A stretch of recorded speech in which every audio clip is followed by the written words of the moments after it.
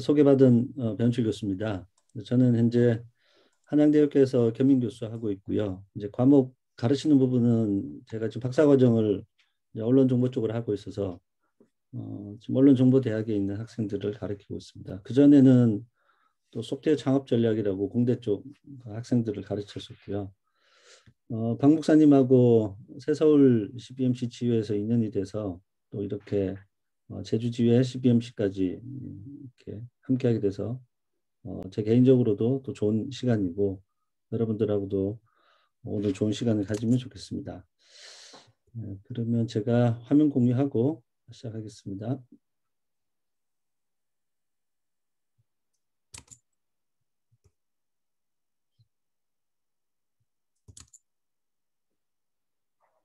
네. 앞에 기도해 주셨는데 제가 기도하고 시작하겠습니다. 사랑과 은혜가 충만하신 아버지 하나님, 오늘 이 아침 하나님의 사랑 안에 모인 저희들을 기억하시고 특별한 은혜로 채워주시옵소서.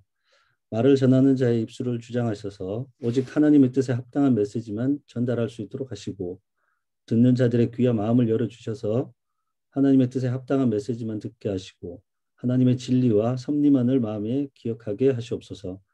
마치는 시간까지 하나님께서 함께 하시고 인도하여 주실 것을 믿고 모든 것을 의탁드리며 예수님 이름으로 기도합니다. 아멘. 아멘. 네. 제가 이제 보내드렸던 내용은 이 강의를 들으시면 좋은 분들이 블록체인이 뭔지 몰라서 왠지 주변에서 블록체인 얘기를 하면 아는 척을 해야 될 텐데 또 이해도 안 되고 해서 자신감이 떨어지시는 분들, 또 최근에 워낙에 비트코인 얘기를 많이 하니까 비트코인이랑 블록체인의 차이가 뭔지 궁금한 분들, 또 블록체인과 성경에 어떤 연관성이 있는지 제가 다른 강의에서는 뭐 이제 비즈니스에 대한 얘기만 하겠지만 우리 새서울 지회에서는 성경과 관련된 연관성에 대해서도 나눌 수 있겠다고 생각합니다. 그리고 그 외에 제가 준비한 내용 이외에도 블록체인에 대해서 궁금한 게 있으신 분들은 나중에 질의응답 시간에 해주시면 될 것 같습니다. 제가 이 내용은 학생들 대상으로 또는 이제 블록체인 입문하시는 분들 대상으로 하는 강의의 첫 시간에 있는 역사와 기술의 특성 부분 중에서 일부를 공유하도록 하겠습니다. 네, 내용 설명드렸던 거고요. 그리고 현재 저는 이제 퍼블리시라고 하는 기술 기업, 블록체인 기술 기업이고 사실은 기술을 중심으로 미디어 사업을 혁신시키기 위한 회사에 지난 2월부터 합류해서 일을 하고 있습니다. 그 전까지도 협력사와 일하기도 하고 제 개인 사업을 한 10년 정도 일을 해왔었고 블록체인 관련해서는 최근 한 4년 정도 일을 하고 있습니다. 강의도 하고 프로젝트 컨설팅도 하고 또 그 사이에 또 이제 실제 프로젝트에 또 직접 참여하기도 했습니다. 현재 퍼블리시는 자체 블록체인을 가지고 미디어 산업, 특히 현재는 뉴스 산업에 대해서 변화를 주려고 하고 있고 또 특히 이제 가짜 뉴스와 관련되어 있는 팩트 체킹 부분에 전문 기술을 가지고 시장을 확대해 나가고 있습니다. 혹시 뉴스 서비스 관련해서 또 궁금하신 게 있으시면 연락 주시면 제가 도움을 드리도록 하겠습니다. 나머지 내용들은 그냥 뭐 참고하시면 되겠고 나중에 박 목사님 통해서 또는 이렇게 연락처 공유 받으셔서 궁금한 게 있으실 때는 이후 언제든지 말씀 주시면 되겠습니다. 제가 하는 내용들 이외에 블록체인 관련해서 좀 이제 알고 싶으신 게 있으시면 제가 네이버에서 배운철의 블록체인 이렇게 치시면 제가 그동안 썼던 칼럼들이 쭉 있거든요. 그래서 그래서 그 칼럼들을 쭉 한번 참고하셔도 좋겠습니다. 이렇게 하시고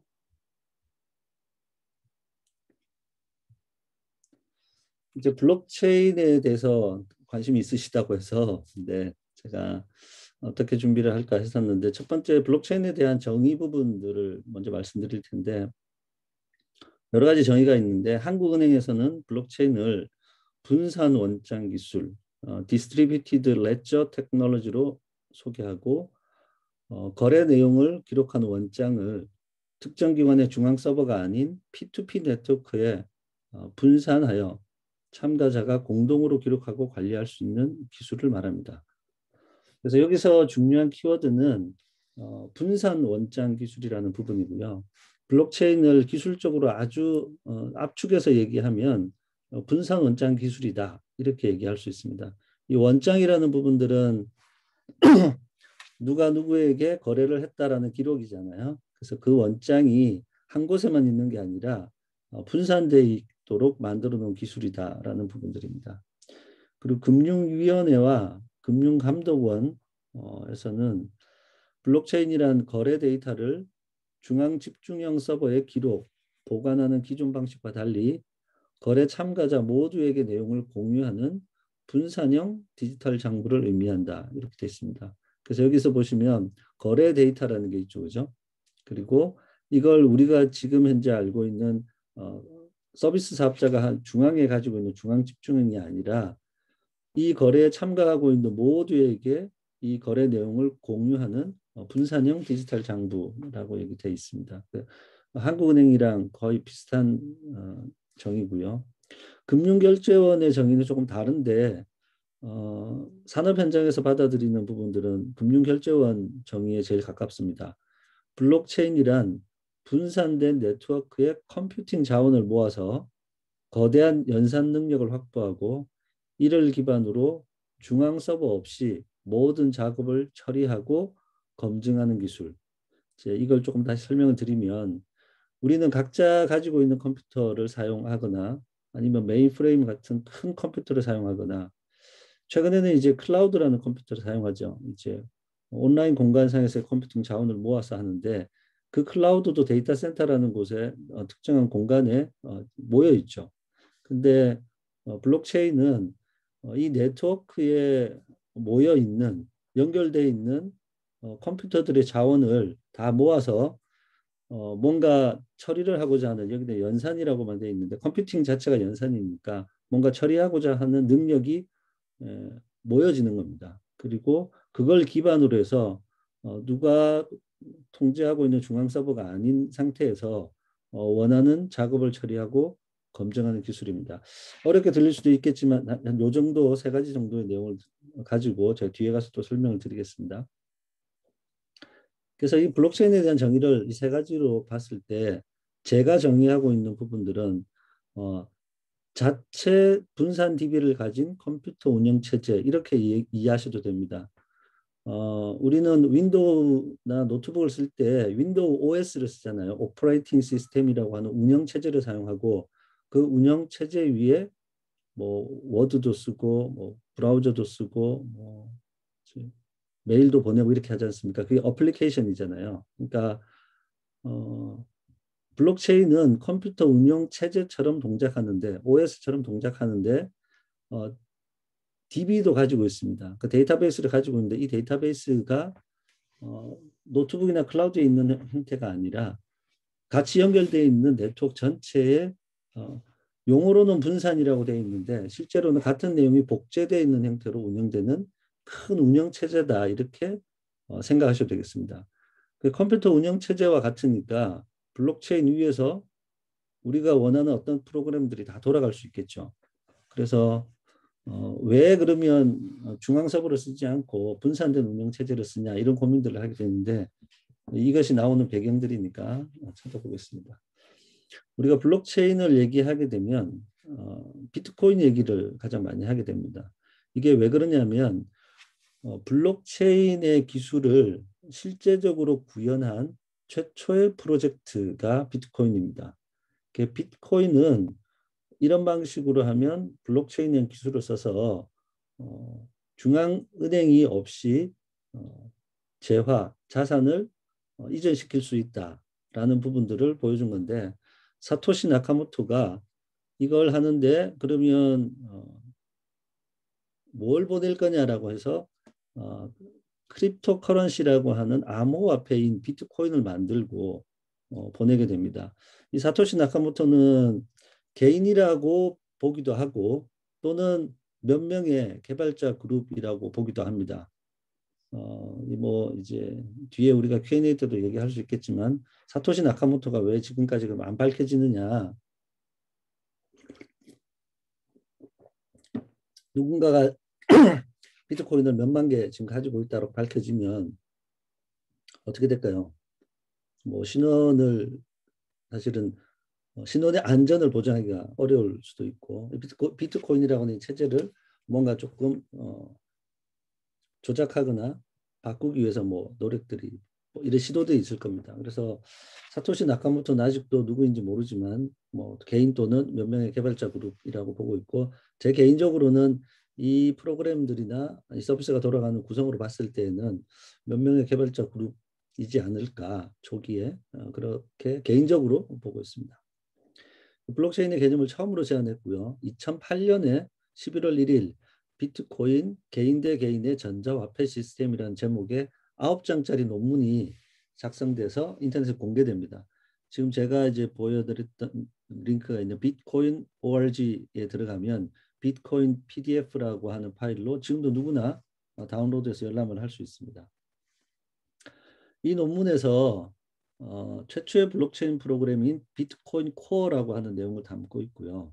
그리고 이 아이디어를 담은 논문을 누구나 다운로드 받을 수 있는 사이트 주소를 당시 같이 이런 공부를 하는 또는 연구를 하고 있는 그 수백 명의 암호학 전문가들에게 전자우편으로 공유합니다. 메일에는 뭐냐면 제3자 신용 보증인이 필요 없는 완전한 개인 간 전자화폐 시스템 개발을 해왔다. 그리고 비트코인 백서 다운로드 링크를 보내줬어요. 그리고 이 논문에서는 비트코인과 블록체인의 기본 구조를 설명하는 내용이 담고 있습니다. 그 비트코인 코어는 암호화폐인 비트코인을 생성하고 또 거래하고 블록체인 형태로 어떻게 기록하는지에 대한 설계가 담겨져 있습니다. 이게 비트코인 블록체인의 기록을 A가 B에게, B가 C에게 또는 뭐 D가 A에게 그 생태계에 관련된 있는 사람이 비트코인을 주고받잖아요. 이 거래라고도 하고 트랜잭션이라고도 하는데, 이 기록을 하면 우리가 원장이라는 것이기 때문에 기록에 대한 내용을 검증해야 됩니다. 누군가가 완결시켜야 되는데, 이 기록에 대한 걸 검증하고 완결시키면 그 일을 한 사람에게 그 일을 한 것이 생태계, 이 비트코인 생태계에 기여한 바가 있기 때문에 뭐 누군가가 자발적으로 해줘야 되는데 누가 자발적으로 할 것이냐는 거죠. 그래서 그 노력한 것에 대해서 보상으로 새로 생성되는 비트코인을 할당해 주는 방식을 보냅니다. 그래서 시스템이 생태계를 위해 노력한 사람에게 보상으로 비트코인을, 새로운 비트코인을 생성할 수 있는 권한을 일정 부분 주게 되고, 이것은 시스템적으로 이제 일정 기간이 지나면 총 발행량이 있는데 그 총 발행량 중에서 새로 생성되는 발행량이 반씩 줄어드는 형태로 설계가 되어 있습니다. 뭐 조금 뭐 뒤에 가서 설명드릴 테고요. 어쨌든 뭐냐면 생태계를 위해서 노력하고 기여하는 사람에게 보상의 체계로 암호화폐가 적용돼 있다. 새로운 암호화폐를 받을 수 있도록 그 내용이 적용돼 있고, 언어로는 C++라는 언어로 작성되어 있고 이 소스 코드는 공개되어 있습니다. 그래서 이 비트코인을 연구해서 비트코인의 원형 이 코드를 가지고 추가적인 기능을 만들면 새로운 형태의 블록체인 프로젝트들을 만들어낼 수 있게 되죠. 그리고 이 P2P 네트워크라는 부분들은 여러분들이 아마 P2P를 많이 들어보셨던 게, 해외에는 넵스트라고 하는 음악 다운로드하는 사이트가 있고 한국에서는 같은 개념으로 소리바다라는 서비스가 있었습니다. 그리고 일부 이제 뭐 불법 소프트웨어를 다운로드 받거나 이제 뭐 이렇게 영화 불법 다운로드 이런 거 할 때 비토렌트 이런 거 들어보셨을 텐데, 그런 형태의 서비스가 P2P 네트워크를 이용한 실제 클라우드에 있지 않고 개인의 PC에 있는 정보들을 조각내서 다운로드 받고 하는 형태거든요. 그래서 개인 대 개인의 네트워크 전체를 이용하기 때문에 중앙 서버가 없는 거거든요. 근데 디지털 상에서 가장 큰 문제는 뭐였었냐면, 디지털의 가장 큰 장점이기도 했는데, 디지털 컨텐츠나 디지털 자산을 비용 없이 무한 복제해낼 수 있다는 게 디지털의 가장 큰 장점이죠. 우리가 파일을 하나 만들면 디지털로 만들면 그 파일을 무한히 복제해서 다른 사람한테 줄 수 있잖아요. 근데 이것이 금융 시스템에 들어오게 되면 내가 돈을 무한정 만들어서 내가 가지고 있는 10,000원을 무한 복제해서 누구나한테 보낼 수 있게 되면 금융 시스템으로 동작하지 않잖아요.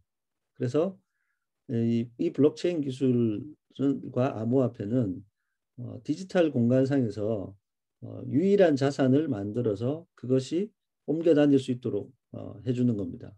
그래서 이걸 이제 내가 하나의 자산을 가지고 있고 두 사람한테 보내게 되면 이중 지불의 문제가 당장 생기거든요. 그래서 내가 10,000원을 가지고 A한테도 주고 C한테도 주면 당장 이중 지불 문제가 생기기 때문에 이 문제를 해결해야지 디지털 금융이 돌아가는 건데 그걸 해결하기 위해서 암호화된 화폐를 만들어 준 겁니다. 그래서 요 정도 또 이해하시고 넘어가 보겠습니다. 그래서 2009년도에 비트코인 코어 프로그램이 공개되고 비트코인이 처음 발행이 됩니다. 그래서 2009년 1월 3일 기록되어 있기로 6시 15분 5초에 그러면 처음에 거래를 만들기 위해서는 이제 첫 번째 블록을 만드는데 이게 제네시스 블록이라고 합니다. 성경의 제네시스하고 같은 거죠. 그렇죠? 그래서 제네시스 블록이 제일 처음 만들어지면 그 다음부터 이루어진 거래 기록들을 모아서 그 다음 블록을 만들고 연결시키는 방식입니다. 여기는 제가 뒤에서 그림으로 한번 다시 설명드리겠습니다.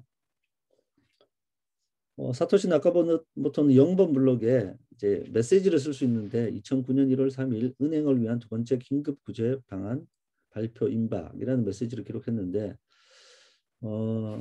서프라임 모기지 사태가 일어나고 리먼 브러더스 사태가 일어납니다. 2008년 9년에. 그래서 큰 혼란을 겪게 되죠.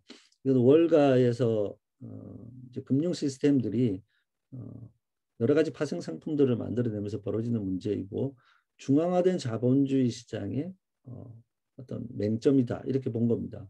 그리고 그때는 이제 아큐파이 월 스트리트에서 월가를 점령하라 이런 운동이 있었고 최근에는 이제 또 뭐 주식 시장에서는 게임스탑 사태가 있었던 것처럼 뭐 공매도 세력과 이런 대응을 하는 것처럼 중앙화되어 있는 금융 시스템에 끊임없이 이런 변화와 도전들을 지금 하고 있죠. 쭉 계속. 근데 이 비트코인이 그런 의지에서 개발된 것으로 보고 있습니다. 그 사토시 나카모토 처음에 이걸 이용하면 비트코인 전송할 사람이 없잖아요. 네트워크 있어야 되니까. 그래서 다른 사람들이 비트코인 네트워크에 참여하도록 메일을 보냅니다. 자, 첫 번째 비트코인이 만들어졌습니다. 비트코인은 새로운 전자화폐 시스템이고 P2P 네트워크를 사용해서 이중지불 문제를 해결했습니다. 중앙 서버도 중앙 집권화된 권력도 없는 완벽히 탈중앙화된 시스템입니다. 라고 해서 참여를 독려하는 메일을 보냅니다. 근데 이제 이 메일을 수신했던 당시 사람들이 별로 그렇게 관심을 안 보였어요. 근데 두 번째 비트코인 사용자인 할 피니라는 암호학 전문가가 있습니다. 그래서 이 메일을 받고 일주일 지난 뒤 1월 10일 날 나도 관심이 있다라고 하고 답을 보냅니다.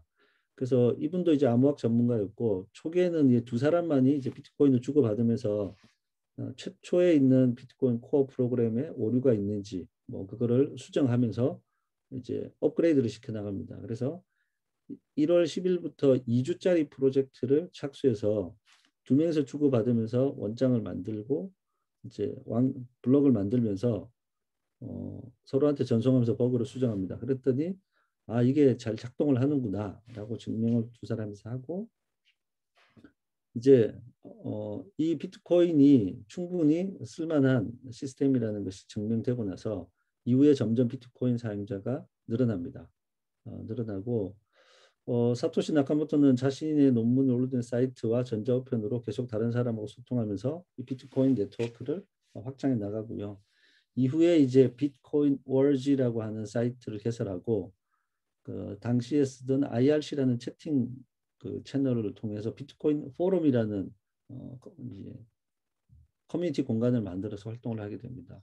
그래서 이 당시 최초의 이 비트코인의 커뮤니티 운영에 대한 철학들을 반영해서 최근에 이제 블록체인 프로젝트들은 사이트를 개설하고 또 뭐 텔레그램이나 트위터나 이런 미디엄이나 이런 사이트를 통해서 다른 사람들 이제 자신의 블록체인 네트워크에 관심 있는 사람들과 계속 커뮤니티를 운영합니다.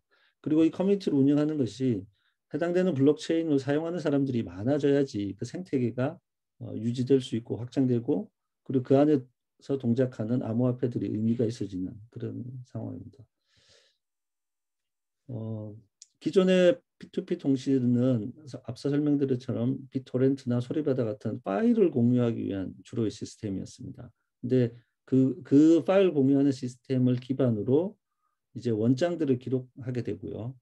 그리고 거래를 쭉 기록한 걸 모아서 여기까지 거래는 완결되었습니다라고 누군가가 이제 확정을 하게 되잖아요. 그 확정할 때 사용되는 걸 합의 알고리즘이라고 합니다. 블록체인에는 이 블록을 생성하는 것에 합의 알고리즘이라는 걸 쓰는데 여기는 몇 가지가 있는데 가장 많이 쓰는 비트코인에서 쓰는 거는 POW라고 해서 Proof of Work 해서 작업 증명입니다. 그래서 POW라고 하는 내가 원장이 완결되었다는 작업을 증명합니다라고 하는 방식을 쓰고요. 제가 뒤에 이제 그림으로 된 걸 보면서 조금 더 설명을 할 거고요. 이 위에 이 POW라고 하는 이 작업 증명 방식은 컴퓨터가 어떤 특정한 조건에 맞는 값을 찾아낼 때까지 컴퓨팅 작업을 해야 됩니다. 그러다 보니까 이제 사토시 나카모토가 생각하지 못했던 이 채굴을 위한 전문 장비와 그룹들이 등장합니다. 집단들이 이 비트코인을 채굴하기 위해서 이게 이제 인간의 탐욕이 거기까지 발전한다고 생각을 못했던 거죠. 그래서 이 POW는 방식은 전기를 상당히 많이 잡아먹죠. 컴퓨팅을 해야 되니까. 그리고 그 좋은 장비들이 어떤 특정한 그 조건의 난수값을 찾아내기 위해서 사용되는 것 때문에 컴퓨팅 자원의 낭비와 막대한 전기 에너지의 소모라는 이런 문제점들을 드러내게 되면서 그리고 시간에 대한 부분들이 또 있습니다. 이 비트코인은 10분마다 거래가 완결되기 때문에 어떤 거래가 완결되었다고 보려면 최소 10분을 기다려야 되고 최대는 1시간을 기다려 60분을 기다려야 됩니다. 이거는 왜 그러냐면 원장을 만드는 사람이 전 세계에 있는 사람들이 동시에 원장을 만들기 때문에 누가 그 원장을 완결시키느냐에서 어떤 사람들이 동시에 다른 내용의 거래 내용을 가지고 원장을 완결시키게 되면 그걸 최종적으로 확정하지 않고 그 다음 블록이 생성될 때까지 기다립니다. 근데 그 다음 블록도 동시에 생성되면 그 세 번째 블록, 그 이어서 지는 세 번째 블록까지 기다려주는 거를 총 6번까지 정도로 기다리는데 6번 정도까지 가면 동시 중복되는 효과가 거의 제로에 수렴되기 때문에 6번 안에는 긴 체인들이 만들어집니다. 여기서부터 조금 어려울 수 있어서 걱정이긴 한데 하여튼 그런 방식이기 때문에 최소 10분, 최대로는 60분 정도까지 거래를 했다는 것이 기다려야 되는 상황들이 되는 거죠. 그래서 그런 제한 사항들이 있어서 그걸 좀 당기기 위해서 합의 알고리즘을 그럼 작업 증명이 아니라 이 블록체인 네트워크 내에서 지분을 가지고 있는 암호화폐를 많이 소유하고 있는 사람의 소유에 따라서 의사결정을 하면 좋겠다. 이거는 암호화폐를 많이 가진 사람들은 그 해당되는 생태계를 망가뜨리기 위해서 나쁜 결정을 하지 않을 거다라는 거죠. 그래서 POS라고 하는 이제 지분 증명 방식. 나는 우리 회사 주식회사에서 주주가 가지고 있는 주식만큼 의결권을 행사하는 것 같은 POS 방식이 있고요. 이 POS 방식도 주식을 가진 사람처럼 지분을 가진 사람이 모두 참여하는 방식이다 보니까 모두 참여할 필요가 없지 않겠냐. 자기가 가진 지분을 특정한 사람한테 위임하면 그 사람이 위임받아서 그 하위에 있는 큰 덩어리만큼의 권한을 가지고 의사결정을 하면 되지 않겠냐. 그래서 위임 지분 증명 방식이라는 DPoS 방식의 합의 알고리즘을 쓰고 이 방식은 우리가 국회의원을 뽑아서 이렇게 국회에 보내서 법을 만드는 이런 대의민주주의와 같은 방식을 쓰게 됩니다. 그래서 이 합의 알고리즘이 여러 가지 형태가 있고요. 그리고 최근에는 이제 기업에서 사용하기 위해서는 기업들은 자기네 기업의 비즈니스와 연결 관계가 있고 이해관계가 있는 기업들끼리 모여 있잖아요. 그럼 그 기업들이 모여서 몇 개의 그런 기업들이 대표해서 의사결정을 할 수 있도록 하는 그 DPoS 방식이랑 개념적으로는 비슷한 방식의 블록을 생성하는 사람들을 증명해주는 컨소시엄 블록체인 형태가 또 만들어집니다. 이렇게 여러 가지 다양한 합의 알고리즘을 통해서 블록이 완성된다라고 이해하시면 되고, 여기에 또 암호 기술을 위해서 우리가 흔히 알고 있는 공인 인증서에 들어가는 기술과 같은 비대칭키 암호 또는 해쉬 함수 등을 기술적으로 사용합니다. 기본적으로는 이제 암호학이 들어가 있습니다. 이런 것들이 총 결합돼서 블록체인 기술의 요소가 되고요. 이걸 다 모아놓은 것을 우리가 총체적으로 블록체인이다 이렇게 부릅니다. 비트코인은 최초로 블록체인 기술을 활용하여 성공적으로 만들어진 암호화폐이고 지금까지도 잘 작동합니다. 여러분들 이제 뉴스 보시면 비트코인 가격이 얼마다 막 이런 얘기들이 있는데 그렇게 돼 있고요. 그리고 분산화된 P2P 기반의 디지털 암호화폐를 선보였다. 그 P2P가 등장했을 때의 가장 중요한 것은 뭐냐면 이런 부분들입니다. 문제제기가 국가 간 송금을 하는 경우에는 현재 은행은 스위프트망이라는 걸 쓰게 됩니다. 내가 한국에 있는 외환은행에서 돈을 보내서 미국에 있는 누군가한테 시티뱅크에 돈을 보내려고 하면 2, 3일이 걸립니다. 그리고 송금 수수료가 아주 비쌉니다. 근데 2, 3일 걸리던 작업을 비트코인으로 처리하면 짧게는 10분, 길게는 60분이지만 보통은 10분 안에 완결이 되거든요. 그러니까 국가 간 송금이라는 해외 송금이라는 관점에서 보면 비트코인은 획기적이고 엄청나게 빠른 속도로 자라나죠.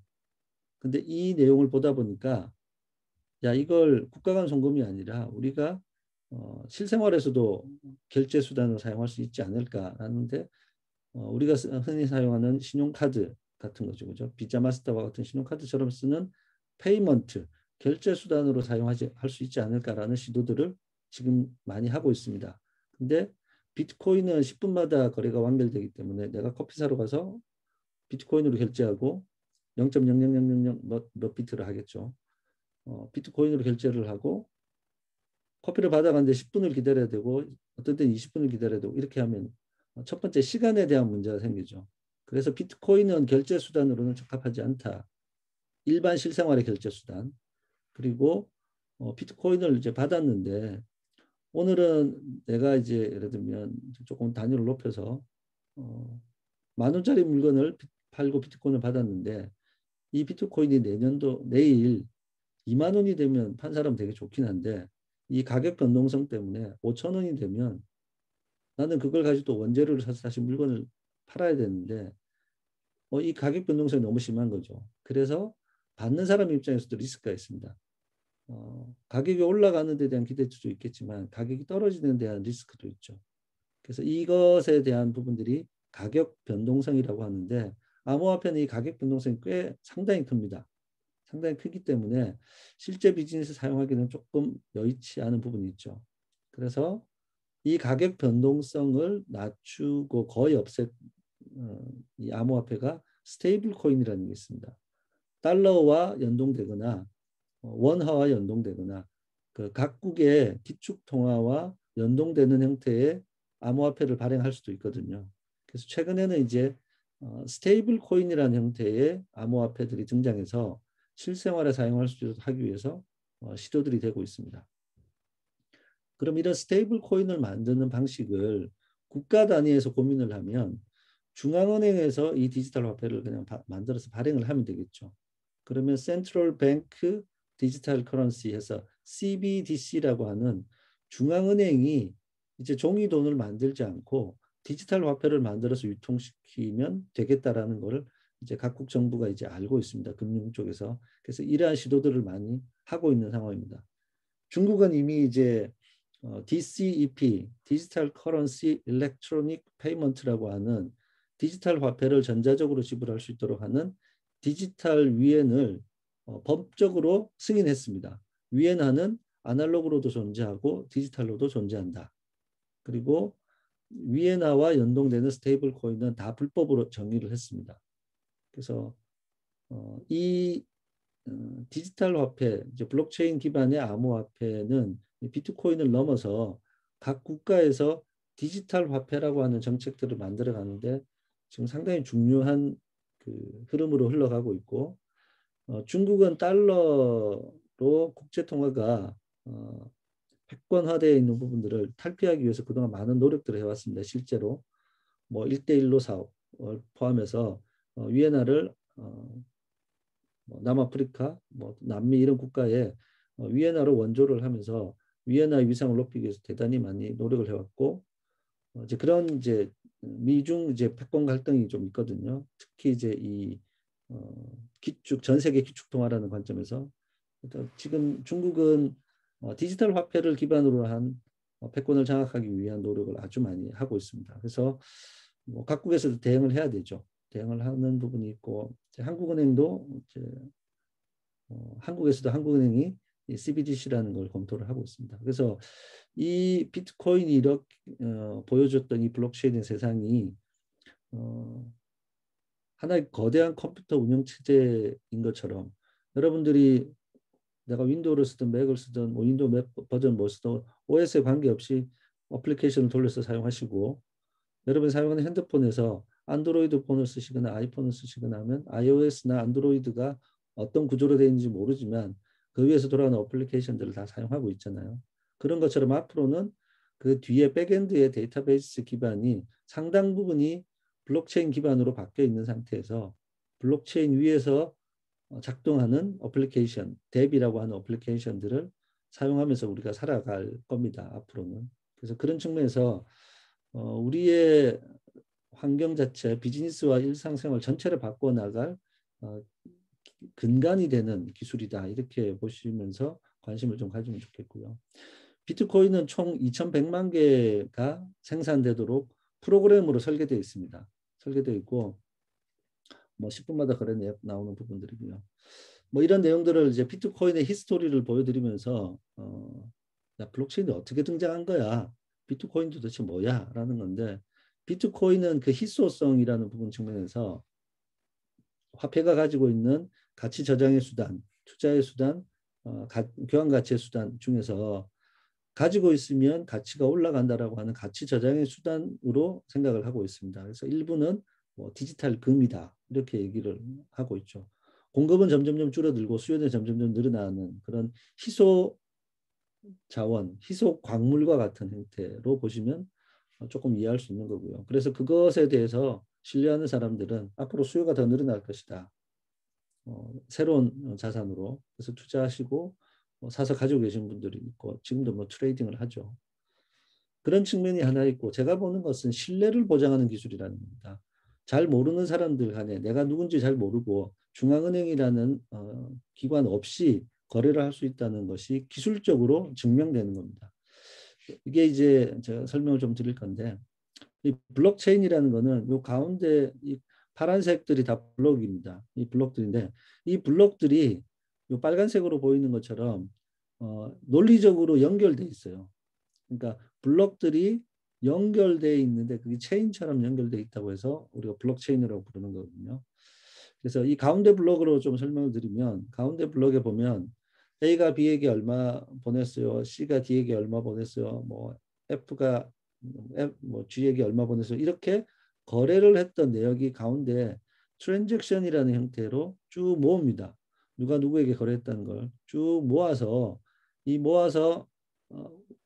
이 하나의 원장을 만든 다음에 이 내용을 해시 오브 블록이라고 해서 여기에 있는 내용을 총 더해서 어떤 함수의 해시 함수라는 것을 집어넣으면 유니크한 값이 만들어집니다. 그러면 그 해시 값을 공개하면 그 다음에 벌어지는 이 해시 값은 어떤 특정한 조건을 가지고 있습니다. 비트코인에서는 이런 값이 되면 블록을 완결한 것으로 해줄게. 그걸 먼저 찾아. 뭐 이렇게 돼 있는 건데 지금 그까지 들어가면 좀 어려우니까 이 블록을 대표하는 하나의 유니크한 값이 만들어질 수 있다. 근데 이 값을 찾아내는 걸 작업 증명이라는 걸로 찾아낸다. 여기까지만 이해하시고 그럼 여기는 유니크한 값이기 때문에 마치 주소처럼 쓰일 수 있습니다. 이 블록 전체를 대표하는 유니크한 값이니까 주소처럼 쓰일 수 있는 값이고 그 다음 블록이 만들어질 때에는 앞에 만들어져 있던 이 주소를 담고 이 블록을 만들게 됩니다. 그 다음 블록이 만들어질 때 앞에 블록의 주소값을 가지고 있기 때문에 이 블록을 열어보면 앞에 블록을 알 수 있고 이 블록을 열어보면 그 앞에 블록을 알 수 있습니다. 그럼 그 안에는 무슨 트랜잭션이 있는지 거래가 있었는지 알 수 있고요. 근데 이제 왜 그러면 블록체인은 해킹하기 어려우냐라고 하면 이렇게 블록은 다 연결되어 있는데 해커가 A가 B에게 1비트를 줬는데 1.5비트를 준 걸로 바꾸려고 하는 거예요. 해킹을 한다고. 여기에 있는 값 중에 1비트라도 바뀌게 되면 요 해시 오브 블록이라고 하는 이 거래 전체를 대표하는 값이 완전히 다른 값으로 바뀝니다. 그럼 이 값이 바뀌면 그 다음 블록에 이 값이 써져 있잖아요. 그럼 여기에 있는 걸 바꾸고 싶은 해커는 요걸 바꾼 다음에 그 다음 블록을 찾아가서 이 해시 값을 바꿔야 되고 이 값을 바꾸면 그 다음 블록이 이 값을 가지고 있기 때문에 그 다음 블록을 바꿔야 됩니다. 그래서 어떤 값을 하나 바꾸려고 하면 연결되어 있는 블록 그 뒤에 값을 전체를 다 바꿔야 되니까 해킹을 시도할 수는 있으나 그것을 다 바꾸는 것들이 기술적으로 어렵기 때문에 거의 해킹이 불가능하고 그런 의미에서 한번 기록되어 있는 데이터는 수정, 삭제, 위변조가 되기 거의 불가능하다.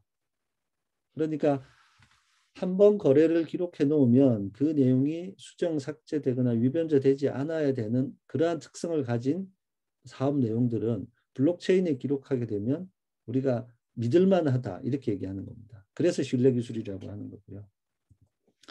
그걸 그런 원장에 대한 기록을 중앙 서버 지금 하고 있는 것처럼 가운데 있는 서버 한 곳에다가 모든 사람들이 다 들어와서 여기 있는 정보를 보면 해커는 어디를 공격하나요? 이 가운데 있는 서버 하나만 공격하면 되겠죠.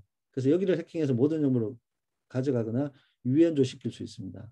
근데 P2P 네트워크는 그 장부를 모든 네트워크에 있는 컴퓨터들이 다 가지고 있습니다. 그러니까 A 컴퓨터 하나만 바꾼다고 되는 게 아니라 B, C, D가 다르기 때문에 나머지 애들하고 대조를 해보는 겁니다. 대조를 해보니까 A만 달라. 그럼 A가 잘못된 거라는 거죠. 그래서 A를 받아들이지 않습니다. 그래서 이게 P2P 네트워크로 돌아가는 방식인 거고요.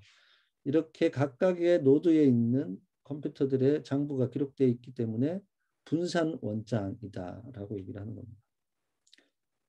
짧게 이 영상 앞쪽 부분 한번 볼게요. How do you account for the error of the scribes? 이 내용은 뭐냐면 성경에 왜 사본이 이렇게 존재하는가에 대한 영상인데 제가 이걸 보고 너무 깜짝 놀랐고 뭐 성경의 사본 원리, 사본들과 블록체인이 같은 원리에서 진행됐다는 것을 알게 돼서 제가 너무 개인적으로 은혜를 받은 영상입니다. 보겠습니다. 필사의 오류에 대한 부분인데 When the New Testament was handed down person to person. Yeah, excellent question. There are errors that we know about. Why? Because we can compare the documents, we can compare the manuscripts and see where the errors are.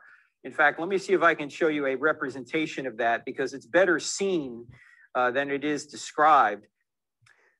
Here it is. Let's say you have, here's the original, which we don't have. We don't, at least we don't think we have any original documents, okay? So they're all copies, okay?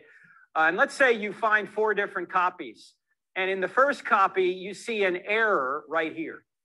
And then another copy, there's another error right there. In the third copy, there's another error right there. And in the fourth copy, there's an error right there. Can you reconstruct the original? Yes. Yes. And that's what scholars do.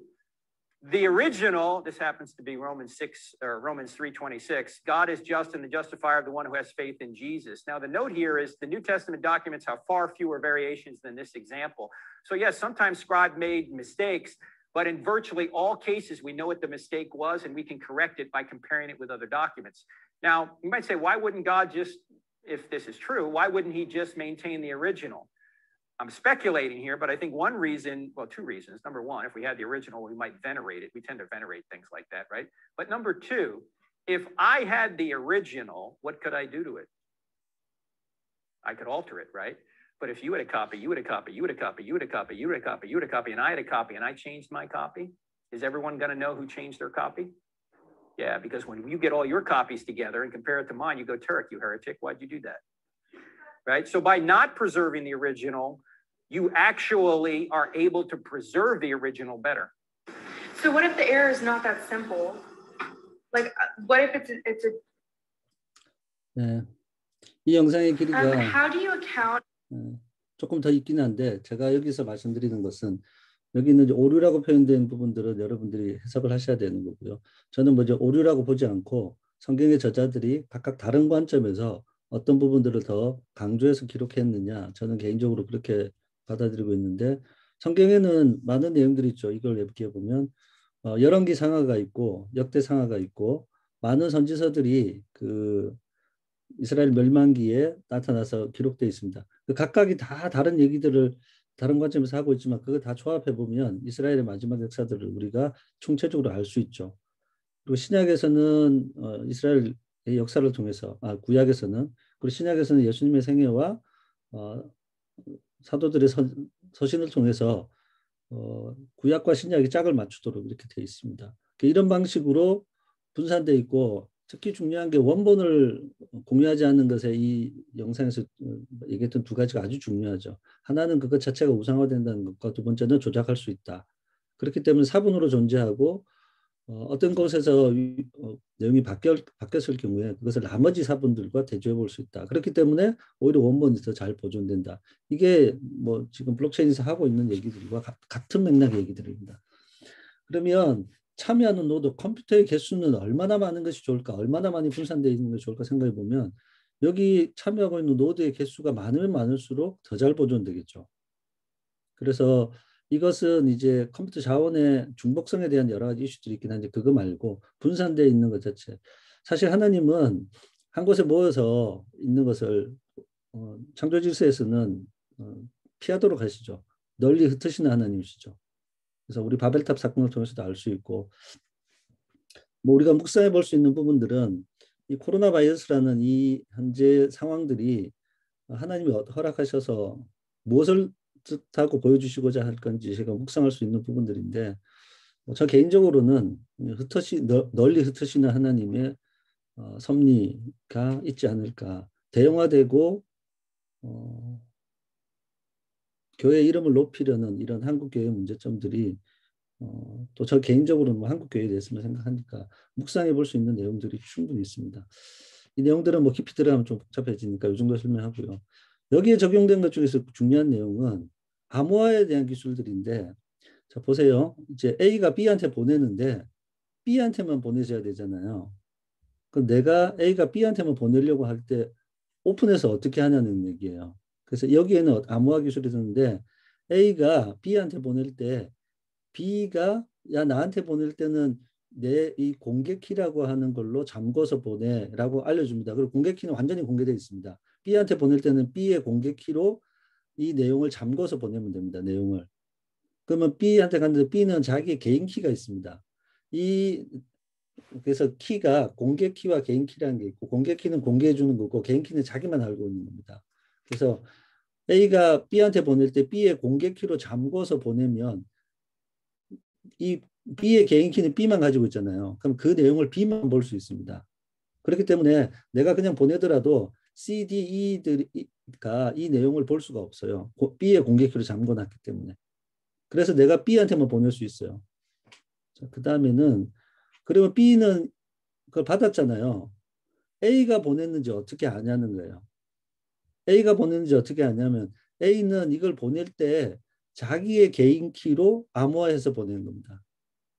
그러면 B는 받을 때 A의 공개 키를 알고 있죠. 그 풀어보니까 열려요. 그러면 A가 잠근 게 맞죠. 그래서 A의 공개 키로 열리면 A가 보냈다는 걸 알 수 있는 방식으로 A가 보낸 걸 확인합니다. 이 기술을 제가 단순하게 설명드리는데 이게 핵심적으로 동작하는 건데 우리는 이런 게 있죠. 내가 천국 열쇠를 내게 주리니 내가 땅에서 무엇이든지 매면 하늘에서 매일 것이요. 내가 땅에서 풀면 하늘에서 풀리리라. 자, 이 대목을 제가 블록체인 하면서 보면서 야 하나님이 우리한테 개인 키를 주는 거예요. 그리고 공개 키는 하늘에 있는 거죠. 사실 이 원리랑 같은 원리입니다. 그리고 우리가 그러면 같은 원리로 하나님의 성경이 읽을 때 하나님의 말씀인지 어떻게 알 수 있냐 이런 거죠. 하나님이 지금 오늘 이 말씀을 나한테 주셨다라는 걸 어떻게 할 수 있냐라고 하면 하나님은 하나님의 뜻을 담아서 하나님의 개인 키로 잠궈서 보냅니다. 그러면 우리가 성경 말씀을 읽잖아요. 근데 하나님의 잠근 거를 공개 키로 볼 때는 우리 뭘로 푸나요? 성령이라고 하는 나한테 숨겨진 개인 키로 푸는 겁니다. 그래서 어떤 때는 그것이 그냥 성경 말씀으로 보통 좋은 걸로 읽기도 한데 어떤 날은 큰 깨달음으로 와닿는 날이 있죠. 그건 하나님이 나한테 나의 공개 키로 묶어서 보내주는 겁니다. 야, 오늘 이 말씀은 네가 이렇게 이걸 들어야 되겠어라고 보내주시는 거죠. 근데 그건 뭐예요? 제가 하나님의 공개 키를 가지고 열 수 있어야 되는 거거든요. 그래서 우리는 하나님한테 기도하고 어떤 때는 늘 읽던 그 말씀이 새롭게 다가오는 거 있잖아요. 근데 하나님이 나한테 키로 묶어서 보내주는 겁니다. 오늘은 나한테 이 말씀을 주시려고. 제가 이제 그거에 대한 좀 뭐 이렇게 간증 아닌 간증을 좀 해야 되는데 뭐 제가 2월 2일 날 입사를 했을 때 당일날 아침에 새서울 CBMC와 또 교회 우리 청년부 목사님한테 받았던 말씀이 제가 새로운 직장을 가면서 하나님 이 직장에서는 어떻게 제가 해야 될까요? 했을 때 주시는 말씀이었고 심지를 견고하게 하고 주를 믿으라 신뢰하라. 그리고 이 회사는 선한 일을 해나가기 위한 회사의 기업 비전을 가지고 있습니다. 그래서 하나님이 이미 예비하셨던 그 직장이라고 제가 확신을 가지게 됐고요. 그리고 3월 3일 날에는 아침에 이 말씀을 묵상했습니다. 묵상하고 갔습니다. 아침 말씀을. 선한 것이 무엇이냐. 사랑하면 겸손하게 내 하나님과 행하는 것이 아니냐인데 이날 제가 회사에 가서 처음으로 업무와 관련해서 다른 분하고 이제 약간의 다툼이 있었어요. 그 다툼이 있는 과정에서 무슨 마음이 있었냐면 야 내가 지금 직급이 있는데 네가 그냥 해야지 이런 마음이 드는 거예요. 이렇게 사랑하면 겸손한 마음이 아니라 이제 세상적인 어떤 이런 마음이 들어서 그날 저녁에 다시 돌아왔는데 이 말씀을 다시 보게 된 거죠. 그래서 제가 우리 회사 그 신우회 단톡방에다가 이런 부분들을 다시 한번 고백하는 거를 올렸었고요. 하나님은 아침에 말씀을 주셨던 거죠. 근데 그걸 이제 제가 또 잊었다가 그날 저녁에는 다시 이걸 깨닫게 됐었고 그리고 3월 9일 날이니까 오늘 강의하는 날 전전날이잖아요. 오늘 이 모임에 제가 어떻게 해야 될까라고 했는데 제가 뭐 아는 걸 전달하는 것이 어려운 것은 아닌데 이 블록체인과 관련된 이 내용들도 다 좋은 소식이고 복된 소식입니다. 근데 이 모든 것을 하나님이 통치하시는데 산을 넘는 발걸음이 힘들죠. 그래서 이게 일을 하는 우리들 내가 뭔가를 준비하는데 이걸 고민하고 여러분하고 나누기 위해서 가졌던 그 시간들 자체도 하나님이 아름답게 보실 수 있다라는 것들을 고백하는 걸로 내용을 마칩니다. 블록체인하고 성경에 대한 부분들 할 얘기가 많긴 한데 뭐 성경과 관련되어 있는 적용 부분들은 제가 좀 짧게 했지만 나를 향한 하나님의 뜻은 성경에 곳곳에 분산되어 있습니다. 분산되어 있죠. 그걸 찾아내는 거죠 우리가. 하나님의 비밀의 경륜을 풀기 위해서는 하나님의 공개키, 하나님 누구에게나 성령님을 주셨잖아요. 그 공개키를 꺼내서 하나님의 개인 키로 묶어놓은 내용들을 우리가 풀어야 되는데 나의 개인 키, 욕심으로 풀려고 하면 풀리지 않겠죠. 그리고 크리스찬 공동체는 온 땅에 충만하고 편만하도록 하나님이 섭리하고 계시고 하나님이 그렇게 하도록 명령하셨죠. 성경의 사본은 이미 블록체인의 분산 개념으로 존재하고 있었다. 저는 블록체인을 이렇게 사업을 하면서 이런 것들을 찾아내고 적용하는데 더 많은 감동을 가지고 있고 하나님의 블록체인 기술을 통해서도 하나님의 뜻을 우리에게 나에게 전하시는 세심한 분이시다라는 얘기입니다. 네.